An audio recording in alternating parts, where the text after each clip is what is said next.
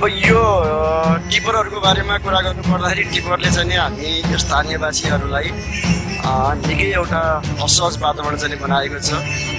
यस tipper आएर हामीलाई कतिसम्म दुःख दियो भनेको सीमा छैन।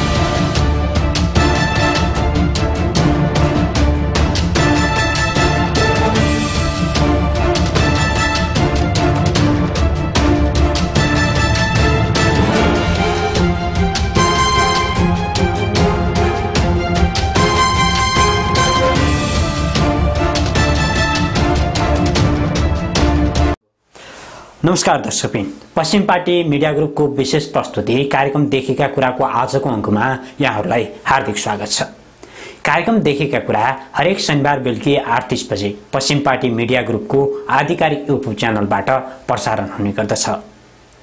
कार्यक्रम देखेका कुरामा हामी सामाजिक सवाल र सरकारका विषयलाई उठान गर्ने गर्दछौँ। ती सवालको उठान मात्र गर्दैनौँ, न्यूनीकरण र व्यवस्थापनको विकल्प पनि खोजी गर्ने गर्दछौँ। आजको अङ्कमा हामीले पोखरा 21 देखि पोखरा 33 बागमारा हुँदै विभिन्न स्थानमा विकास निर्माणका लागि टिपरहरूले सामग्री ढुवानीको क्रममा त्यहाँ स्थानीयवासीहरूलाई परेको प्रभावको विषयमा विषयवस्तु तयार गरेका छौँ।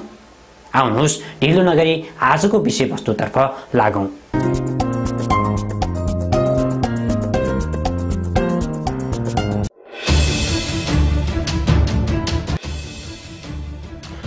पोखरा महानगरपालिकाका दक्षिणी वडाहरू 17, 21 र 33 लाई जोड्ने दोबिल्ला बागमारा पावरस सडक खण्ड हेर्दा साँगुरो, ठाउँ ठाउँमा बिग्रेको र बाटोमा ठूला ठूला खाडलहरू, केही ठाउँमा घुमाउरा मोडहरू, सडक आफैमा जोखिमपूर्ण देखिन्छ। तर हिजो आज यो सडक खण्डमा पोखरा 17 को दोबिल्लादेखि पोखरा 32 तल्लो गगनगौडा अति नै व्यस्त हुन थालेको छ।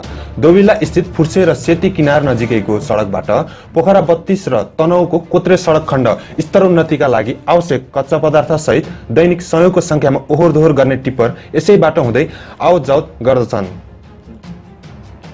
जसले गर्दा पोखरा 21 दोबिल्लामा नदी कटानका कारण जोखिमपूर्ण अवस्थामा रहेको दोबिल्ला पुल थप जोखिममा परेको छ। जोखिमपूर्ण अवस्थामा रहेकै कारण पुललाई नदी कटानबाट जोगाउन लाखौंको लगानीमा स्थायी नदी तटबन्ध निर्माण कार्य भइरहेको छ।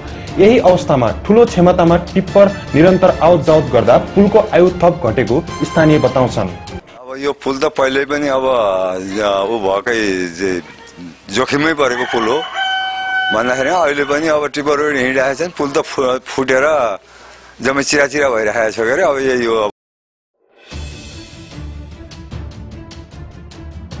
तीव्र गतिमा आउने टिप्पर, साँगुरो बाटो, साना सवारी चालक समेत त्रसित छन्। यस सडक खण्डको आसपासमा सरस्वती टीका माध्यमिक विद्यालय तथा अन्य निजी विद्यालय पर्दछन्। सयौंको संख्यामा विद्यार्थी यही सडक खण्ड हुँदै आवत जावत गर्दछन्। तर विद्यालय तथा मानव बस्ती क्षेत्र वरपर समेत टिप्परहरूको गति, चालकको शैलीका कारण यस सडक खण्ड हुँदै आवत जावत गर्ने यात्रु तथा विद्यार्थीहरू जोखिममा रहेका छन्।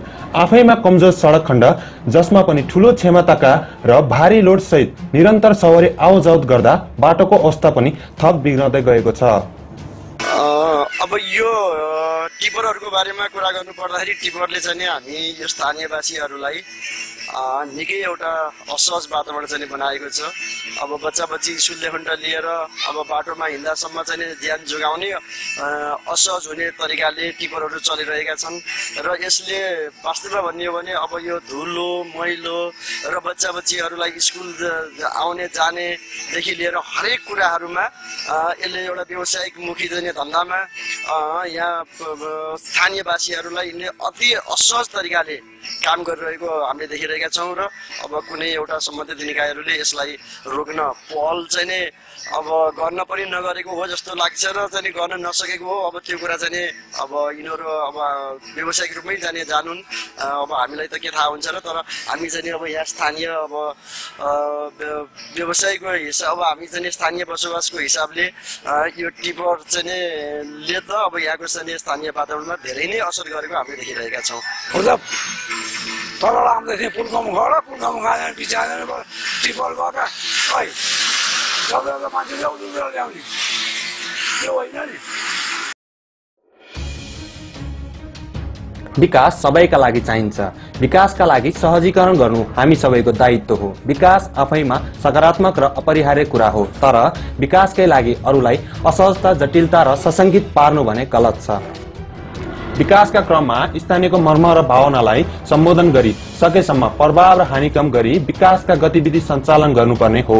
तर यहाँ भने स्थानीयको धारणा सुन्दा टिप्पर प्रतिको भय देख्दा यी कुरा त्यति ध्यान दिए जस्तो देखिँदैन। मेरो घर निरल पोखरी वडा नम्बर 21 पर्यो। अहिले म दोबिल्लामा बस्दैछु। किन भन्दा म घरबाट दोबिल्ला म दिनको एकचोटि आउँछु। आउँदाखेरिमा सिंगल बाटो छ, डबल गाडीहरू टिप्परहरू जाँदाखेरिमा त बस्नको लागि त नालीमा नगर्ने उपाय छैन। त्यही भएर अब टिप्परहरू त अब त्यस्तो तरिकाले हिँड्छन् कि हामी त अब दिनदिनै हिँड्ने मान्छे हौँ। हिँडेर हिँड्दाखेरिमा टिप्परले त नालीमै झरेर बस्ने हो।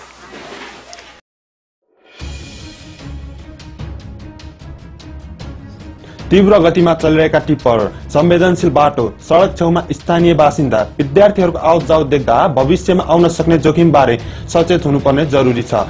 जोखिम हुनु पूर्व नै सरकारवाला निकाय, निर्माण कम्पनी तथा स्थानीय बासिन्दा बेलैमा सचेत बनी पूर्व सावधानी अपनाउनु पर्ने आवश्यक देखिन्छ। पश्चिम पार्टी मिडियाका लागि विनोद पौडेलको रिपोर्ट।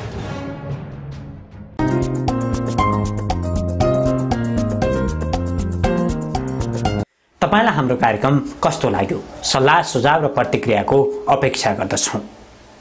हाम्रो आधिकारिक युट्युब च्यानललाई लाइक, शेयर र सब्स्क्राइब गर्न नबिर्सनुहोला। हवस् त आजको अङ्कबाट म सहित मेरो सम्पूर्ण टिमलाई बिदा दिनुहोस्। हवस् त, नमस्कार, शुभरात्रि।